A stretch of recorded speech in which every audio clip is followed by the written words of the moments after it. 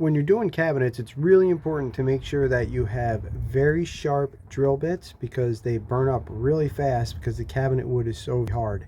Let me show you where I like to put the screws for cabinets and the drill bits that I use. On the face of the cabinet right here is where I'm going to put the screw. I'm going to screw it into this wood here so that I'm nice and flush like that.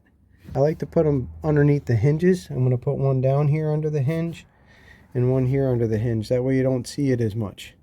I'm going to drill all the way through right into this, and then I can run my screw through, and that'll keep the wood from cracking.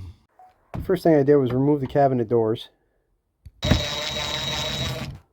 This is a very tight spot, so I need to use a 90-degree angle bit. And these are the drill bits that I like to use for this. They're made by DeWalt.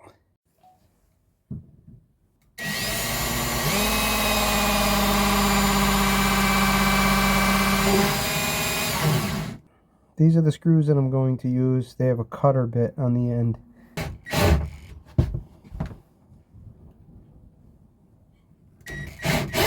Remember, it's never as easy as you want it to be. When it's time to screw the cabinet in, what I want to do is I have two cabinets here, so I want to make sure that my seams are tight.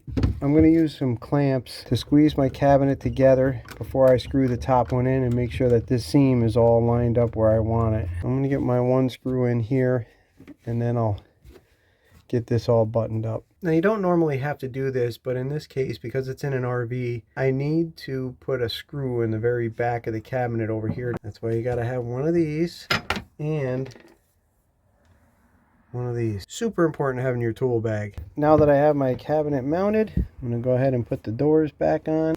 Just open up the hinges.